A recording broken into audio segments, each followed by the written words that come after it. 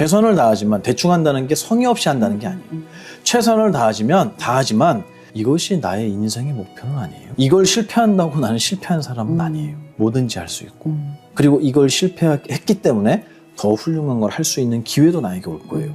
그런 모든 걸 생각해 본다면 목숨 걸 건 아니다. 즐겁게 하자. 하지만 최선을 다해서 안 됐을 때 그것을 놓아야 할 때는 에이 그리고 발로 뻥 차버리고 갈 수 있는 마음. 그거를 자꾸 이미지 트레이닝을 하는 거예요. 네. 스스로가. 네. 내가 정말 이거 뻥 찰 수 있나? 아 못할 것 같아. 그러면 나 이거 너무 지금 진지하게 하는 것 같은데 이 완급을 조절할 수가 있잖아요. 그죠? 네. 이걸 자꾸 들여다봐야 될 것 같아요. 자기의 마음을. 저는 그 비유가 저에게 너무 큰 가르침이었어요. 정말 뻥 찰 수 있느냐 너. 아무렇지 않게 즐겁게. 네. 그 질문에 저는 항상 당연하지. 큰 스님께서 인생은 연극이라고 말씀하신 게 배역을 맡고 있는 거라고. 그게 내가 아니라 네. 그 배역을 맡고 있는 거야. 그래서 무대에서 내려오면 그 배역 더 하면 안 되잖아요. 더 하면 좀 문제 있는 거잖아요. 이분. 무대에서만 하면 되잖아요. 그러니까 마찬가지로 내가 그걸 할 때만 그걸 하면 되고 할 수 없는 때 아니면 놓아야 할 때 이때는 정말 아무렇지 않게 본래의 자리로 돌아올 수 있는 사회생활을 하시는 분들에게 있어서 필요한 것들을 말씀드린 거고 제 개인적으로 있어서 전 최고의 어떤 선물이었던 게 스승이었어요. 선지식이라고 얘기해요. 아이는 마을이 키운다. 근데 지금은 그게 아니라 그냥 부모 밑에서 크는데 부모하고 같이 있는 시간도 너무 적고요. 애들에게 있어서 아이들이 크는데 가장 큰 요즘의 스승은 유튜브 같아요. 유튜브가 가장 큰 스승이고 나머지는 모두 경쟁자예요. 모두가 경쟁자고 나의 친구는 휴대폰과 유튜브밖에 없는데 유튜브에서 나오는 모든 것들도 지혜롭다라고 얘기하기는 좀 위험한 것들이 많잖아요. 그런 것들을 무분별하게 받아들이면서 아이들이 월천병 모르세요? 저하고 상담하는 고등학생이 저한테 얘기했는데 스님 1,000만 원 월에 못 벌면 그거 사람 아니에요? 고등학생이요? 네. 1,000만 원 월에 못 벌. 인생 리셋해야 된대요. 네, 인생 리셋이라는 말이 저는 너무 아팠어요. 20대 초반 친구들이 그 얘기를 많이 해요. 스님 전 틀린 것 같아요. 전 틀린 것 같아요. 저는 대학도 별 볼 일 없고 지방대 이상한 데 갔고 학교에서도 원하는 과가 아니었고 저희 부모님 뭐 너무 가난하시고 그럼 제가 이 학벌로 이 스펙으로 세상에 나가서 어디다 중소기업이요? 시작을 중소기업으로 하면은 어디로 우리가 갈 수 있냐고. 시작부터 중소기업 말도 안 된다고. 작은 데부터 시작하면 되지. 그거는 옛날 말이고요. 작은 데에 가 있으면 죽을 때까지 작은 데 있어야 된다는 거예요. 거기는 언제 망할지도 모르고. 스펙으로 인정되지도 않는다는 거예요. 저 청년들의 얘기를 되게 많이 듣거든요. 인생 리셋하고 싶다. 농담이 아니라 되게 아픈 얘기잖아요. 네. 돌아가고 싶다라고 얘기하지만 반대로 얘기하면 지금의 인생을 끝내고 싶다는 얘기이기도 해요. 굉장히 가까운 얘기예요. 그게 되게 불안하더라고요. 전 그 말이. 이런 이야기들을 어릴 때 부모뿐만 아니라 이런 이야기를 해줄 수 있는 정신적인 멘토가 좀 있었으면 좋겠다. 그 멘토를 찾는 게 TV에 나오는 유명한 사람들을 찾아갈 일이 아니거든요. 그게 아니라 정말로 이 친구에게 마음의 움직임을 일으킬 수 있는 사람이라면 저는 누구라도 스승이 된다고 생각해요. 스승은 한 명일 필요가 없다고 저는 믿어요. 이분한테는 이걸 배우고 저분한테는 저걸 배우는 거죠. 이렇게 해서 공부 말고 학원 말고 이렇게 많은 사람들에게 삶의 지혜를 배우고 내가 어떻게 살아가야 되는지에 대한 방향을 조언 들을 수 있는 조언 받을 수 있는 멘토들을 만드는 것이 저는 정말 중요한 대한민국의 희망이라고 생각해요. 부모님들이 꼭 해줬으면 좋겠어요. 학원만 뺑뺑이 돌리지 말고 거기에 대해 반감을 가진 분들 많아요. 아이들을 모두가 키우는 방식으로 난 키우지 않겠다 하는 분 많거든요. 그러면 어떻게 키울 거냐에 대한 대답이 없는 거예요. 이런 문화가 좀 많아졌으면 좋겠고 수요가 있으면 공급이 있잖아요. 찾으면 이 땅에 숨어있는 많은 선지식들이 나타나실 거라고 믿어요. 네. 스승을 찾자. 멘토를 찾자. 이거는 아기 때부터 시작했으면 좋겠어요. 아픔, 고통, 미래에 대한 막막함, 두려움 이런 것들을 어른들의 입장에서 기성세대의 입장에서 도와줄 수 있는 선물이라고 봅니다. 눈에 보이지 않는 것에 대한 가치를 조금 더 사람들이 제고해 봐야 돼요. 그래서 그게 사실 나를 살리는 것이 통장에 있는 돈 몇 푼으로 내가 행복해질 거라고 생각하면 그거는 다시 한번 생각해 봐야 됩니다. 그것도 편리함에 있어서는 필요한 것이지만 행복과 연결되진 않는다. 소꿉장난 해보셨어요? 기억나지 않아요. 고향이 지방이세요? 아니 서울이세요? 네. 이런 분들하고 얘기하기 힘들어요. 놀이터에서 되게 흙이 있었죠. 지금은 네네. 흙 찾기가 힘들죠. 어린 친구들이 흙으로 집을 짓는 소꿉장난을 하는 비유가 나와요. 얘네가 3명, 4명이서 모여서 모래로 집을 짓는 거예요. 그거를 지을 때 이 친구들이 야 어차피 노는 거니까 대충 해. 아무렇게나 해. 이렇게 합니까? 아니면 아니야, 입구 글로 내면 안 돼, 일로 내야 돼. 진심을 다해서 하죠. 엄청난 정말 정성을 다해서 최선을 다해서 만들어요, 애들이. 그거 만들다 막 싸우기도 해요. 그러다가 저녁에 엄마가 밥 먹으러 오라고 얘기하면 애들이 네 하고 일어나서 지금까지 만들던 그 모래성을 발로 뻥 차버린다는 거예요. 우리도 기억해보면 그런 기억 많아요. 저도 그런 거 만들다가 이제 가자 그러면 애들끼리 막 발로 신나게 발로 차고 발로 밟고 막 엉망진창 만들어 놓고 내일 봐 그러고 헤어졌단 말이에요. 100이면 100 다 그랬던 것 같아요. 저도 요거 내일 다시 해야 되니까 건들지 마 이런 기억은 한 번도 없었어요. 그게 무슨 뜻일까? 애들이 그거를 만들 때 정성을 들이지 않았던 거 아니에요. 하지만 왜 발로 찰 수 있었을까요? 놀이니까. 맞습니다. 놀이니까. 그거는 내가 잠시 즐기는 놀이고요. 내일 와서 다시 만들 수 있어요. 우리가 정성을 다해서 하긴 하지만 목숨을 걸 건 아닌 거예요. 목숨 걸고 있던 저희들이 지금. 최선을 다하는 것과 목숨 거는 건 달라요. 네. 그러니까 제가 이제 웃자고 말씀을 드리는 거지만 그 뉘앙스를 한번 같이 느껴봤으면 좋겠어요. 최선을 다해서 모래성을 만드는 건 즐거움이죠, 고통은 아니에요. 근데 목숨을 걸잖아요. 이 과정이 즐거움이 아니에요. 고통이에요. 내가 정말 이거를 고통스럽게 진행하고 있는가? 그렇다는 건 내가 심각하다는 거예요. 근데 심각하지 않아도 고통스럽지 않아도 그 과정을 똑같이 할 수 있는 이유는 소꿉장난하듯이 내가 최선을 다할 수 있는 충분한 능력이 나한테는 있어요. 이렇게 좋은 코너들을 만드셨다. 이걸 어떻게 하면 더 많은 사람들에게, 어떻게 하면 더 귀한 분을, 돈 말씀이 약간 부족한 것 같아. 다음번엔 좀 더 좋은 분을 모셔야겠어. 이런 고민들 하잖아요. 그죠? 안 하고 있어요? 전혀 안 하고 있는데. 그래요? 너무 당황하시는 것 같아요. 이거는 발전을 위해서는 우리 생각해야 되는 내용이잖아요. 네. 당연히 이거는 해야 되는 일이에요. 근데 이거를 목숨 걸고 한다는 거, 진지하게 한다는 거. 어디서 정확하게 그게 증명이 되냐면 발로 차느냐 못 차느냐. 은퇴할 때 이제 좀 쉬자가 되느냐 아니면 어떻게 해야 내가 붙어 있을 수 있지. 퇴직한 이후에 물러난 뒤에 지금 뭐 하세요? 저희는 집에서 놀아요. 저 요즘에 쉬어요. 라고 아무렇지 않게 말이 나오는지. 저 옛날에 이런 거 하는 사람이에요. 명함에 전자 집어넣는 거 있잖아요. 왕년에 이랬어. 과거 속에서 과거에 붙잡혀서 살고 있는가. 이걸 보면 그 일을 어떤 마음으로 했는지를 알 수 있는 거죠. 똑같은 사회생활을 하고 프로젝트를 맡고 나의 목표와 꿈을 이루려고 노력하시는 많은 분들이 그 아기들이 6시에 어머니가 불렀을 때 일어나서 모래성을 발로 찰 수 있는 마음. 그게 제가 아까 강의를 전 대충 합니다 그랬잖아요. 네. 그 마음. 네. 최선을 다하지만 대충 한다는 게 성의 없이 한다는 게 아니에요. 최선을 다하지만 이것이 나의 인생의 목표는 아니에요. 이걸 실패한다고 나는 실패한 사람은 아니에요. 뭐든지 할 수 있고. 그리고 이걸 실패했기 때문에 더 훌륭한 걸 할 수 있는 기회도 나에게 올 거예요. 그런 모든 걸 생각해 본다면 목숨 걸 건 아니다. 즐겁게 하자. 하지만 최선을 다해서 안 됐을 때 그것을 놓아야 할 때는 그리고 발로 뻥 차버리고 갈 수 있는 마음. 그거를 자꾸 이미지 트레이닝을 하는 거예요. 네. 스스로가. 네. 내가 정말 이거 뻥 찰 수 있나? 못할 것 같아. 그러면 나 이거 너무 지금 진지하게 하는 것 같은데 이 완급을 조절할 수가 있잖아요. 그죠? 네. 이걸 자꾸 들여다봐야 될 것 같아요. 자기의 마음을. 저는 그 비유가 저에게 너무 큰 가르침이었어요. 정말 뻥 찰 수 있느냐 너. 아무렇지 않게. 즐겁게. 네. 그 질문에 저는 항상 당연하지 라고 대답하기 위해서 노력하고 있습니다. 그래서 큰 스님께서 인생은 연극이라고 말씀하신 게 배역을 맡고 있는 거라고. 그게 내가 아니라 그 배역을 맡고 있는 거야. 그래서 무대에서 내려오면 그 배역 더 하면 안 되잖아요. 더 하면 좀 문제 있는 거잖아요. 이분. 무대에서만 하면 되잖아요. 그러니까 마찬가지로 내가 그걸 할 때만 그걸 하면 되고 할 수 없는 때 아니면 놓아야 할 때 이때는 정말 아무렇지 않게 본래의 자리로 돌아올 수 있는 그 마음을 계속 자기가 이미지 트레이닝을 해야 되는데 그걸 안 하고 몰입한 상태로 1년, 2년, 10년, 20년을 가버리면 나중에는 나오는 법을 잊어버려요. 그게 내가 돼버리니까. 마치 나 있냐. 이걸 퇴직하신 분이 저한테 많이 얘기해요. 어떻게 해야 쉬는 건지를 모르겠대요. 이게 마루에 거실에 리모컨 들고 앉아있으면 그냥 벌레가 된 기분이라고. 그리고 아내는 친구들 만난다고 나간대요. 애들은 회사 간다고 가고 어린애들은 학교 간다고 간대요. 그럼 혼자 TV 앞에서 이렇게 앉아있다가 자다가 일어나다가 너무 지루한 거예요. 배도 고픈데 음식도 못해. 부엌에 가도 먹을 게 없어요. 난 그동안 뭐 했지? 가정 내에서 이 남자의 자리가 없어요. 왜 남편 보고 거실에 있냐고 하는데요. 거기 말고는 갈 데가 없어서. 안타깝네요. 진짜 불쌍하다니까요. 네. 그 얘기를 저한테 해요. 그래서 제가 남성 불교심리학 강의할 때 네. 그런 얘기를 많이 해줘요.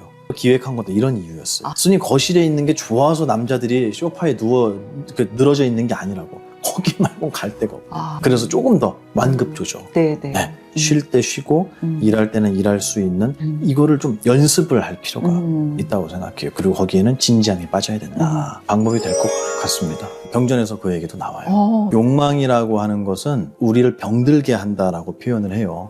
그래서 욕망에 사로잡힌 사람에 대한 경계의 글은 경전에 정말 무수히 등장을 합니다. 하고자 하는 사람은 원래 눈 멀게 돼 있어요. 하고자 하는 마음이 많은 사람은 주변을 못 보거든요. 그러니까 탐욕에 눈이 멀었다고 하잖아요. 그런데 이 탐욕이라고 하는 거를 꼭 부정적으로만 볼 수가 없는 게 우리는 무언가를 하고자 하는 욕구가 있기 때문에 더 아름다운 행복한 삶을 살 수 있잖아요.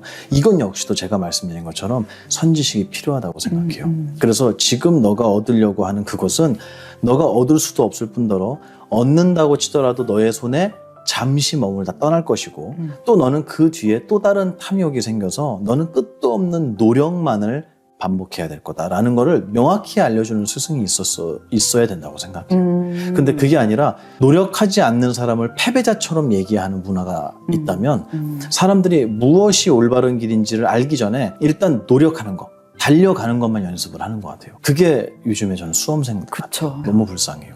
그게 아니라 이 길로 가면 그 끝에 무엇이 있다라는 거를 누군가한테 듣고 가면 좋잖아요. 그런 스승을 만나야 내가 무언가를 하고자 하는 마음, 욕심이거든요. 그 욕심을 정말 아름답고 행복한 곳에 이 세상을 맑힐 수 있는 위대한 곳에 쓸 수 있지 않을까 생각해요. 부처님께서 출가하신 것도 저는 욕심 때문이라고 생각해요. 왜냐하면 생로병사로부터 해탈하고자 하는 욕심이 있으셨잖아요. 그것도 정말 부정해야 될 것이냐.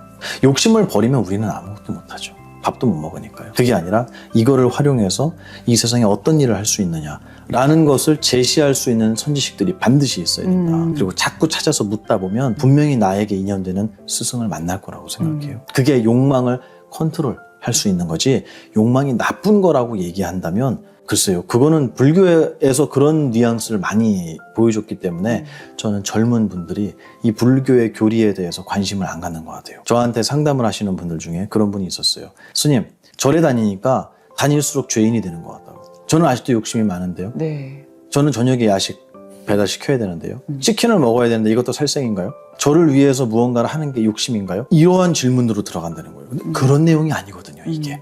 그래서 올바른 스승을 찾는 거, 그것이 저는 우리의 욕구, 무언가를 하고자 하는 마음을 가장 위대하게 쓸 수 있는 방법이라고 비참해야 되느냐. 여기서 아까 제가 말씀드린 걸 기억하셔야 돼요. 네. 지금 느껴지는 이거는 내가 아니다. 어제 느껴진 나도 내가 아니고 지금도 내가 아니고 다음 순간의 나도 내가 아니면 나는 정말 자유로운 존재 아닌가요? 이게 허망함으로 느껴지지 않았어요. 제가 이 법문을 처음으로 들을 때 네. 저는 어떤 느낌이었냐면 허락받은 기분이었어요. 아. 어떤 너를 만들어도 좋아. 다 만들어. 오, 네네. 하지만 네. 그 모두가 네. 너는 아니야. 왜냐면 남지 않으니까. 그리자마자 없어지는 거야. 네, 네. 아무거나 다 해. 너 하고 싶은 거 다 해.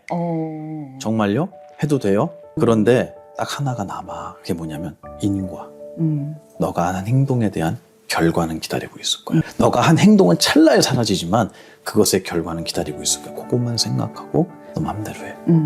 이렇게 말씀해 주셨어요. 네. 그때 저는 허락받은 기분. 옛날에 어른들 말씀하면 무조건 들어야 되는 사람이라고 네네. 저를 괴롭혔잖아요. 네. 그게 아니라 말 안 들어도 되네. 때로는 뻔뻔스럽게 말 안 들어도 되고 때로는 열심히 그분의 마음을 헤아려서 시키지 않은 것도 해도 되고 나는 뭐든지 할 수 있고 뭐든지 될 수 있는 사람이네. 이 기분을 느꼈어요. 비교하지 않는 나만의 오롯한 자존감을 지켜야 된다. 그런 건 없더라고요. 해보니까. 아무리 이걸 지켜도 네. 누군가 앞에 서면 상대적인 내가 생겨나요. 네. 법칙이니까. 이걸 버리지 말자는 거죠. 어떻게 그럼 남들 안 만나고 살 거냐는 거예요. 그쵸. 안 만나면은 저기 날아다니는 새 보면서도 부러워. 쟤는 좋겠다. 날개가 있어서 가고 싶은데 갈 수 있어 네. 좋겠다. 그럼 나는 비참해지는 거잖아요. 그쵸. 근데 안 그래요. 새 막 찐득이 되게 많아요. 그래서 새가 되겠다는 얘기를 들으면 등을 못 긁을 텐데 평생 괜찮을까 이 생각 되게 많이 했어요. 아기 때. 그러니까 그러네요. 비교해서 오는 행복은 진짜 행복도 아니고 또 마찬가지로 비교해서 오는 상대적인 박탈감은 진짜 그거는 내가 될 수 없다. 그렇게 생각합니다. 그래서 용기 내셨으면 좋겠어요. 그 어떤 거로도 나는 정의할 수 없잖아요. 왜냐면 비교할 때 일어나는 거니까 내가 될 수 없으니 나는 어떤 걸로 정의할 수 없고 원래 그런 거야. 부자 보면은 야 나는 가난하구나 느끼고 나보다 가난한 자 보면 아 나는 저 사람보단 부자구나 이렇게 느끼고 원래 그런 거잖아요. 그 모든 게 내가 아니라는 사실을 알고 있는 게 가장 핵심이다. 절대 그걸 나로 삼지 말자고. 비교해서 오는 박탈감, 불행 이런 거를 해결하기 위해서 누군가를 뛰어넘는 목표를 갖고 산다면 그 목표가 끝나는 날이 있겠느냐고 저희 큰 선생님 물어보셨어요. 어느 날 고속도로를 타고 가는데 저는 이동이 많으니까 추월을 당했는지 기분이 나빴나 봐요. 그러니까 뒤에서 쌩 하고 와갖고 네. 차를 확 추월해서 가는 거예요. 저희 차 말고. 그러니까 저희는 그걸 봤죠. 제가 또 팀장님한테 여쭤봤어요.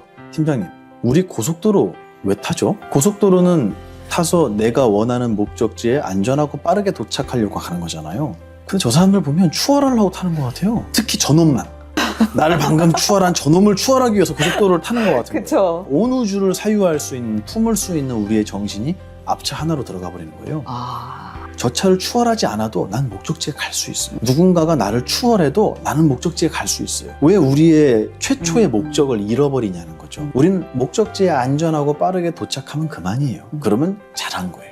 우리가 이 세상에 태어나서 왜 살아가고 있는가를 생각해 보면 우리 행복하기 위해 살잖아요. 자유롭고 행복하기 위해서예요. 누구나 그걸 꿈꾸고 있어요. 그러면 그렇게 살았으면 됐잖아요. 왜 저 사람하고의 비교가 거기 왜 나의 인생의 목표에 리스트에 들어가냐는 거죠. 우리는 누군가를 추월하기 위해서 고속도로 탄 게 아니듯이 저 사람을 이겨먹기 위해서 이 세상에 태어난 건 아니잖아요. 인생의 목표, 방향 이런 것들을 좀 정리하시고 가면 그 비교하는 마음에서 좀 더 자유로워질 것 같아요. 은하계를 생각할 수도 있잖아요. 그 은하계 속에 이렇게 돼 있고 이걸 담을 수 있는 정신이에요. 근데 앞차로 가요. 저는 나쁘다는 의미로 얘기했지만 사실은 불경에서는 그렇게 얘기 안 해요. 위대하다고 표현해요. 무한한 크기의 정신이, 우주를 담는 정신이 점 하나라도 들어간다. 티끌 하나로도 들어간다. 일미진중 함시방 이렇게 얘기해요. 하나의 미진 안에 함시방 머금고 있다. 시방 네. 온 우주를 머금고 있다. 물질로 설명하는 게 아니라 우리의 정신으로 설명을 하셨을 뿐이죠. 불교에서 이야기하는 고통의 종류를 들어보신 적이 있으신가요? 어떤 분이 그러더라고요. 자기는 3과당 했다고 하나 남겨놓고 있다 이렇게 얘기하면 그 뒤에 4가지가 우리를 더 많이 괴롭혔던 것 같아요. 왜냐하면 젊은 분들은 노병사에 대한 고통을 크게 못 느껴요. 그리고 학생 같은 경우는 사실 먹고 사는 고통까지는 못 느껴요. 살아가는 건 피곤하지만 먹고 살아야 되는, 다시 얘기해서 나의 삶이라는 것을, 나의 육신이라는 것을 유지하고 지탱해 나가야 할 노고는 없잖아요. 부모님이 해주시니까. 그래서 젊은 분들은 생로병사에 대한 고통은 사실 굉장히 소원한 것 같아요. 피부에 와닿지 않는 고통. 제가 얘기할 이 4가지 뒤의 고통은 누구라도 똑같이 느끼는 것 같아요. 그게 뭐냐면 사랑하는 것과 헤어져야 되는 고통이에요. 애별리고라고 해요. 사랑하는 것과 이별해야 되는, 떨어져서 이별해야 되는 고통. 옛날에 키웠던 강아지 중에 풍산개가 있었는데 식탐이 말도 못해요. 식탐이요? 식탐이 힘이 엄청 세거든요. 얘가 이 목줄이죠. 목줄이 끊어져라고 막 땡기면서 꺼이꺼이 우는 거예요. 이게 뭔 일인가. 애가 너무 막 대성통곡을 하고 우니까 나갔었어요, 스님들이. 근데 그때가 이제 가을에 태풍 올 때였는데 밥그릇이 바람에 굴러서 저 멀리 올라가는 거예요. 일어나서 우는 거예요. 네. 알죠? 어떤 건지. 이게 목줄이 있는데 일어나갖고 막 발로 이러면서 꺼이꺼이 우는 거예요. 그거 보면서 너도 애별리고가 있구나. 항상 밥이 나오니까. 애별리고는 모든 존재에게 다 있어요. 그러면 당연히 그 다음 고통은 뭘까요? 사랑하는 것과 헤어져야 되는 고통이 있으면 무슨 고통이 있을까요? 매일 느끼세요, 아침에? 그런 겁니까? 그렇죠. 원증회고라고. 그런 원망하고 미워하는 것, 원한을 가진 미워하는 것과 회고, 다시 만나야 되는 고통. 만나야 되는 고통이 있는 거예요. 2600년 전에는 없었고 지금만 있겠냐고요. 그때도 너무 있었을 것 같아요. 네, 똑같아요. 지금은요. 현대인들의 고통은 훨씬 이쪽에 치중돼 있는 것 같아요. 그리고 나서 그 다음에 뒤에 4개를 좀 설명하잖아요. 거기에 3번째 거는 뭐냐면 너무너무 갖고 싶은데 가지지 수가 못하는. 없어요. 네. 부득고. 구하지만 부득 얻을 수 없는 고통. 이거 현대인들한테 없냐는 거예요. 엄청 많죠. 네. 엄청 많아요. 네. 며칠 전에 부처님 말씀하신 게 아니고 2600년 전에 정의를 아예 팔고 그래 8가지 고통을 정의를 내려놓으셨다니까요. 그럼 그때의 고통과 지금의 고통이 다르겠느냐? 그렇지 않다고 봐요. 불교의 가르침을 감히 진리라고 얘기해요. 예외가 없는 법칙을 진리라고 해요. 나는 종교가 다르니까, 나는 국가가 다르니까, 나는 인종이 다르니까, 문화가 다르니까, 부모님이 다르니까 이런 이유로 나는 예외가 되는 법칙이라면 법칙이라고 하면 안 되죠. 하지만 이 법칙은 모든 이가 겪어야 되는 것이다. 그리고 마지막 8번째 고통이 오지 않은 것 때문에 고민하고 지나간 것 때문에 후회하는 고통. 그건 생각으로 힘들어하는 거예요. 아무 일도 없어요 지금. 근데 생각으로 너무너무 고통받아요. 특히 잘나고 누울 때 네, 잠이 안 오고 자야 되는데 이러면 안 되는데 짜증나네 그거 어떡하지? 자야 되는데 지금 뭐 하고 있냐는 거예요. 생각으로서 얻는 고통이에요. 그거를 오음성고라고 합니다. 오음이 색수상행식이라고 하는 네. 우리의 생각을 5가지로 분류해놨어요. 과정을. 이 5가지가 굴러가야 하나의 생각이 탄생해요. 색수상행식 하면 저 사람 누구지? 요게 되는 거예요. 그리고 다시 색수상행식 하면 봤던 사람인가? 이렇게 하나의 생각이라는 개체가 탄생하는 메커니즘이죠. 단위예요, 단위. 생각의 단위. 그거를 오음 또는 오온이라고 하는데 그걸로 만들어지는 고통이에요. 생각으로. 네. 이 8가지 고통은 옛날이나 지금이나 똑같이 있다. 이거는 제가 먼저 말씀드리고 싶어요. 그렇네요. 종류가 많아진 건 아니에요. 심해진 것 같긴 해요. 고통의 양이 더 늘어난 것 같긴 해요.